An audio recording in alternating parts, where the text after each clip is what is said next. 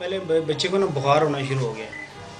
बुखार शुरू हुआ तो हमने डॉक्टर के पास ले गए। हम करीब जो डॉक्टर थे इंजेक्शन लगा रहे हूँ, कहते जी इसको कोई वो है इन्फेक्शन है पेट में, बस कुछ भी नहीं। अच्छा इंजेक्शन लगाया नहीं ठीक हुआ, फिर मोशन शुरू हो गया। फिर जनाब ले जाएँ डॉक्टर के पास, मोशन के दें, बुखार के दें, कुछ वक्त ही ठीक हो जाए, फिर बुखार चढ़ जाए। 2 महीने जो है ना ऐसे मुसलसल चलता रहा। फिर हमने शक हुआ, खांसी भी शुरू हो गई इसको, और हमें पता चला, मैंने कहा यार इसको टीबी ना हो। टीबी हॉस्पिटल ले गए। टीबी हॉस्पिटल वालों ने कहा जी उसको ले कोई टेस्ट कराओ सीने का। कोई टेस्ट कराया, वो हम नॉर्मल से एक्सरे कराया, कोई इधर से टीका लगाया। उन्होंने कहा जी इसको टीबी है। मैंने कहा अच्छा हो सकता है टीबी, हमें क्या पता है। फिर हम 16 दिन टीबी के इलाज कराते रहे। फिर बच्चा वैसे ही है, बच्चा ठीक नहीं हो रहा। नाश्ते बगैर नाश्ते की गोलियाँ थी, बहुत सारी गोलियाँ देते हैं वो टीबी वाले।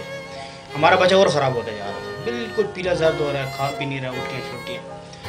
फिर हमें किसी ने बताया यार डॉक्टर के बाहर प्राइवेट डॉक्टर है उधर रफ्टैन, उधर ले जाओ इसको, कोई अच्छा डॉक्टर है बच्चों का, टेस्ट करा लो। उसके पास ले गए। उसने कहा भाई तुम्हारा बच्चा को सीरियस है, मुझे लग रहा है इसमें कोई शक है। कैंसर जो है इसमें जो बॉडी के सेल्स होते हैं खलिए, उन पे चेक ख़त्म हो जाता है, और ये बेसिकली एक अनकंट्रोल्ड ग्रोथ होती है जिस पे बॉडी की सारी न्यूट्रिशन और ये चीज़ें भी ख़त्म हो जाती हैं, और इसकी वजह से बॉडी को सिर्फ नुकसान पहुंचता है, कोई फ़ायदा नहीं होता।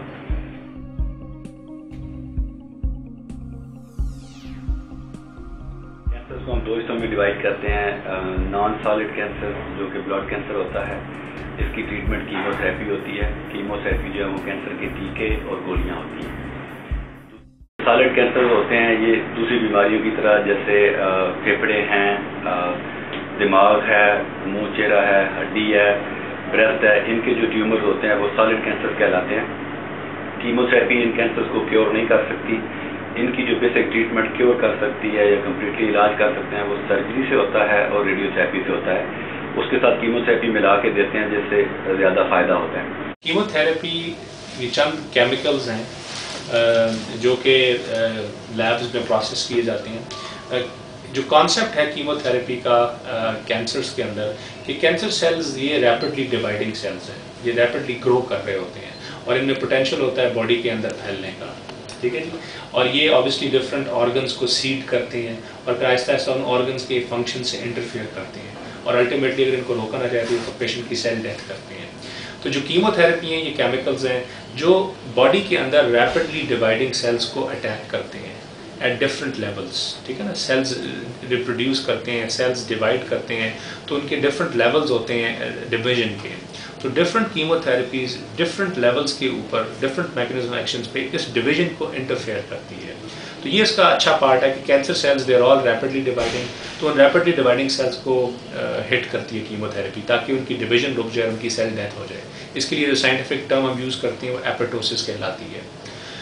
ये तो इसका एक अच्छा पार्ट है, लेकिन उसे कीमोथेरेपी के बारे में कहते हैं टू एज स्वॉर्ड, 2 धारी तलवार है। ये तो अच्छा पार्ट है, लेकिन जो दूसरा पार्ट है इसका, हमारी बॉडी में कुछ सेल्स नेचुरली ग्रो कर रहे हैं। इस तरह हमारे सर के बाल हैं, हेयर हैं, ये रैपिडली ग्रोइंग सेल्स हैं। इसी तरह हमारे स्किन के सेल्स हैं, ये रैपिडली ग्रो करते हैं, शेड ऑफ हो रहे हैं, नेल है हमारा। तो जिस तरह वो कैंसर सेल्स को हिट करती है कीमोथेरेपी, इसी तरह ये इन नॉर्मल सेल्स को भी अटैक कर सकती है। हमारे ब्लड के सेल्स जो हैं बोन मैरो में बन रहे हैं वो भी रैपिडली डिवाइडिंग सेल्स हैं, उनको भी कीमोथेरेपी हिट करती है। तो जो मोस्ट ऑब्वियस चीज़ पेशेंट्स को नज़र आती है वो उनके हेयर लॉस है, हेयर फॉल है। 3-4 ने टेस्ट लिख दिए, जब उस पर टेस्ट हमने करवाए तो उसमें ना प्लेटलेट्स के बहुत नीचे गिरे हुए थे, खून कम था, जो वाइट सेल है बिल्कुल कम। उसने कहा अभी फ़ौरन इसको हॉस्पिटल एडमिट करो, ये मेरे पास इलाज नहीं है इसका, मुझे शक पड़ रहा है। उसने कंफर्म नहीं किया कि मुझे इसको कैंसर है। उसने कहा इसको ले जाओ हॉस्पिटल एडमिट करो, इसका बोन मैरो का एक टेस्ट कराओ। जो बोन मैरो होता है हड्डी के बूते के अंदर एक टेस्ट होता है, वो कराओगे तो इसके पता चलेगा ये वाकई इसको कैंसर है। फिर मैंने कहा ठीक है, वो करा लिया हमने, बोन मैरो टेस्ट वो कराया तो उसमें आगे जी इसको ब्लड कैंसर है। कहने का मतलब ये होता है कि ये कैंसर का दर्जा कितना है, बीमारी किस दर्जे पे है, इसको हम 4 दर्जों में तकसीम करते हैं। तो अमूमन सारे कैंसर पहले और दूसरे दर्जे में 100% क्योरेबल हैं। तीसरे दर्जे में भी काफ़ी हद तक इलाज मुमकिन है, फ़ायदा होता है। चौथे दर्जे में भी आप इलाज कर सकते हैं, कैंसर को कंट्रोल कर सकते हैं, लेकिन चौथे दर्जे की बीमारी को मुकम्मल तौर पर ख़त्म करना थोड़ा डिफ़िकल्ट होता है। हमारे कल्चर में डिस्पेंसर्स, हकीम और जो क्वैक्स हैं उनकी वजह से यूजली पेशेंट्स की तशखीस होने में बहुत देर हो जाती है और वो मुख्तलिफ तरह की दवाइयाँ और इस तरह की चीज़ें खाने में 1.5 से 2 साल निकाल देते हैं, जब तक उसका कैंसर बहुत बढ़ जाता है। फिर मैंने कहा अब क्या करूं? फिर मैंने सोचा इमरान खान हॉस्पिटल है, उधर ले जाता हूं, वो अच्छा है, बच्चों का भी है।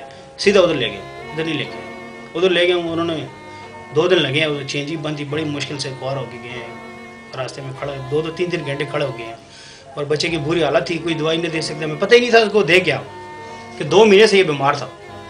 वहाँ पहुँचे हैं, नंबर शंबर लिए आगे पीछे, तो खड़े रहे नंबरों पे। जब हमारा नंबर आया तो जो डॉक्टर बैठी हुई थी कहती जी इसका तो हमारे पास इलाज ही नहीं है। मैं कहा आप इतना बड़ा हॉस्पिटल है, कैंसर के लिए खोले, आपके पास इसका इलाज नहीं है? कह रहे जी हम ब्लड कैंसर का, हमारे पास बच्चों का इलाज नहीं है, आप इसको नूरी ले जाइए। मैं कहा लिख के दो मुझे। उसने लिख दिया पर्चे में, जाओ नूरी लेके आए। नूरी वाले ने कहा हम बच्चों का नहीं करते, बड़ों का करते हैं, आप इधर पिम से इधर लेके आओ। इधर लेके आए हैं। इधर जब लेके आए हैं तो उन्होंने लेके आए, कहते जी गो टेस्ट कराओ, ये चलो कैंसर तो है, कि गो पिंडी FIC टेस्ट कराओ, उसका बोन मैरो को टेस्ट होगा, वो 7,000 रुपये का टेस्ट है। उसके बाद ये टीके लगाते हैं, इंजेक्शन इतने हैवी होते हैं ना, बच्चे की और तबीयत गिर जाती है। हैवी इंजेक्शन होते हैं, जब वो इंजेक्शन लगाते हैं प्लेटलेट्स अगर ठीक भी हो तो गिर जाते हैं। मैंने पूछा डॉक्टर से ये क्यों गिर रहा है? कहते जी हम इसको इतने हैवी टीके लगा रहे हैं, इसके अपनी जरासीम भी मर जाते हैं, अपने जो जरासीम ताकत के होते हैं वो भी मर जाते हैं। कहते जी ज़रूरी है लगवाने, कोर्स है उसका, 6 महीने का कोर्स है। अभी ये 3रा कोर्स है मेरे बच्चे का। अभी इतने मोशन, इतनी उल्टियाँ लगी हुई हैं, इतना सीरियस हालत में है कि बहुत कमज़ोर हो गया, जो खाता है उल्टी करता है, जो खाता है उल्टी करता है। इधर प्रॉब्लम ये है जब दाखिल करते हैं कोई इसी थोड़ा बहुत सीरियस बच्चा आ जाए, उसको छुट्टी दे देते हैं, तुम जाओ घर, उसको दाखिल कर। उस दिन दाखिल रहा, 1 हफ्ता में 30,000 रुपये लगा था, 2 हफ्ते में मेरा 30,000 रुपये लगा। इंजेक्शन रोज़ इसको 1,000 के 2,000 के, जब इसकी कीमो होती है उसके बाद 3,500 के एक इंजेक्शन है, वो 8 के 9 लगने होते हैं।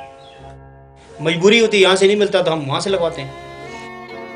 आप ये समझिए कि आपके बच्चे के ऊपर जो तकलीफ़ है वो आपको पता है। डॉक्टर तो नॉर्मल चलते हैं, जैसे रूटीन पूरी करते हैं। उन्होंने 2 बजे आना है, 9 बजे आना है, उन्होंने लिख के चले थे, उसको ये करो, उसको ये करो, इसको ये दे दो, ये दे दो, ठीक है। उसके बाद 2 बजे उन्होंने घर चले जाना, बस। वो अपनी नर्स भी हैं, डॉक्टर भी हैं, वो रूटीन पूरी करती हैं। मतलब आपके जो बच्चे की हालात आपको पता है, या माँ को पता है, या मुझे पता है, उसकी क्या फीलिंग है, वो आम बंदा नहीं समझ सकता, कोई भी नहीं समझ सकता।